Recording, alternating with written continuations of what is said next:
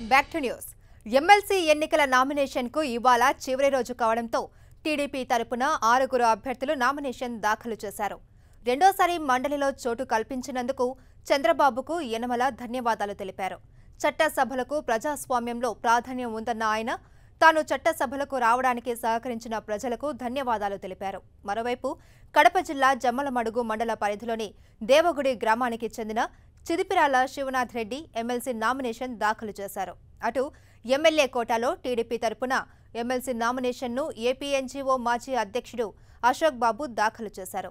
తనను ఎమ్మెల్సీగా ఎంపిక చేసినందుకు చంద్రబాబుకు ధన్యవాదాలు తెలిపారు. మరోవైపు సమంతకమణి, బీటీ నాయుడు, జగదీశ్వరరావులు కూడా నామినేషన్ దాఖలు చేశారు. చట్టసభలు అనేటువంటి ప్రజాస్వామ్యంలో చాలా ప్రాముఖ్యత కలిగినటువంటి సభలు. ఈ సభలకి వచ్చేటువంటి అదృష్టం దాదాపు 83వ సంవత్సరం నుంచి కూడా నాకు రావడం అనేటువంటిది ఒకవైపు సంతోషంగా ఉన్నప్పటికీ కూడా వచ్చిన దానికి పంపించినటువంటి వాళ్ళ ప్రజలు, అదేవిధంగా ఎంపిక చేసినటువంటి పార్టీకి ధన్యవాదాలు తెలుపుతూ, బీసీలకి ప్రాతినిధ్యం లేదంటే వాళ్ళు కావాలని రాజకీయం చేయడానికి ప్రయత్నాలు చేస్తున్నారప్ప. అసలు బీసీలకి వెన్నెముకే తెలుగుదేశం పార్టీ, బీసీలకి అదేవిధంగా తెలుగుదేశం పార్టీకి వెన్నెముకే బీసీలు.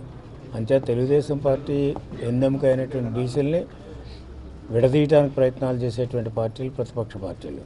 నేను ప్రభుత్వానికి అనుకూలంగా ఉన్నాను అని చెప్పదలుచుకుంటే మా పరిష్కారం డిమాండ్ లేదో ఒకటి చెప్పాలి. మా డిమాండ్లను పెండింగ్ ఉంటే మీరు చెప్పిన స్టేట్మెంట్ కరెక్ట్. అయితే చాలామంది అడిగేది ఏంటంటే మీరు ఆందోళన చేయలేదంటారు. మీకు కూడా తెలుసు, మనందరం చిన్నప్పుడు చదువుకున్నప్పుడు టీచర్లు కొట్టేవాళ్ళు, కొడితేనే చదువు వచ్చేదనే ఒక నానుడు ఉండేది. ఇవాళ కొడితే ఎవరు ఒప్పుకోవట్లేదు. మనం కూడా మన పిల్లల్ని కొడితే ఒప్పుకోం. కొట్టకుండా మీరు చదువు చెప్పండి అంటున్నారు.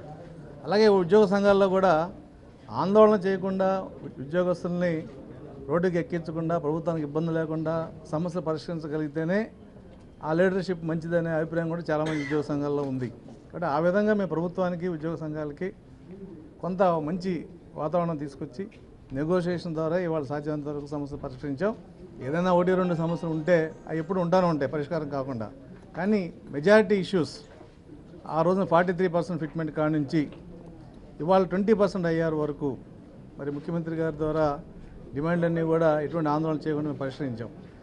అలా పరిష్కరించుకోవడం ప్రభుత్వానికి సానుకూలంగా ఉన్నారు అనే అభిప్రాయం కనుక ఉంటే ఖచ్చితంగా నేను సానుకూలంగా ఉంటాను, ఉండబోతాను కూడా మీకు గట్టిగా నేను చెప్తున్నాను.